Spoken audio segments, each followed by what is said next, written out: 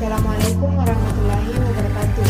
Perkenalkan, nama saya Andriani dari kelas Ilmu Politik 1. Untuk memenuhi tugas sistem ekonomi Indonesia, saya akan membahas masalah dan isu ekonomi makro di Indonesia.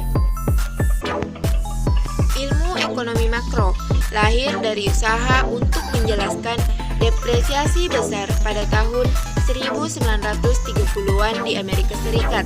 Sejak saat itu, disiplin ilmu ekonomi makro berkembang yang mengisi dirinya dengan masalah baru karena terjadinya perkembangan dan perubahan atas masalah-masalah ekonomi. Di akhir tahun 1960-an, pemerintah Amerika Serikat dipercaya dapat menyetel perekonomian dengan baik. Tapi tahun 1970-an, kinerja perekonomian Amerika Serikat memburuk dan menunjukkan bahwa penyetelan yang baik tidak selalu berjalan dengan baik. Sebelum adanya depresiasi besar, para ekonom menerapkan model ekonomi mikro, terkadang disebut market cleaning atau model klasik pada masalah yang luas.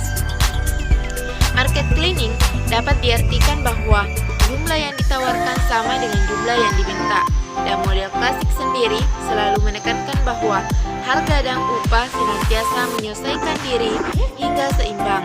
Sedangkan kata ilmu ekonomi makro baru ditemukan sesudah Perang Dunia II. Salah satu contoh analisis ekonomi klasik yaitu dengan penerapan analisis penawaran dan permintaan klasik. Semisal, penawaran tenaga kerja yang berlebih akan menyebabkan turunnya upah hingga tingkat equilibrium yang baru serta mengurangi adanya pengangguran. Dengan kata lain, para ekonom percaya bahwa resesi akan memperbaiki dirinya sendiri, tapi selama hampir 10 tahun terjadi depresiasi besar, tingkat pengangguran saat itu masih tinggi karena kegagalan market cleaning atau model klasik tersebut. Menjadi cikal bakal perkembangan ilmu ekonomi makro. Setelah kegagalan dari model klasik, muncul revolusi Keynes, di mana sebagian besar ilmu ekonomi makro berpijak pada pendapat Keynes.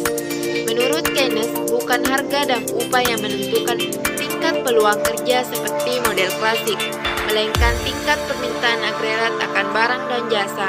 Keynes pun beranggapan bahwa pemerintah dapat campur tangan dalam perekonomian untuk mempengaruhi tingkat output dan peluang kerja, serta merangsang permintaan agregat sementara permintaan swasta rendah sehingga dapat mengangkat perekonomian keluar dari resesi. Sekitar tahun 1950-an, setelah Perang Dunia II, karya Keynes mulai membawa pengaruh baik terhadap ekonom maupun pembuat kebijakan pemerintah. Campur tangan pemerintah dalam perekonomian dengan menggunakan kekuasaannya untuk mencapai sasaran peluang kerja dan output ke tingkat tertentu dengan tujuan eksplisit untuk mengontrol naik turunnya perekonomian.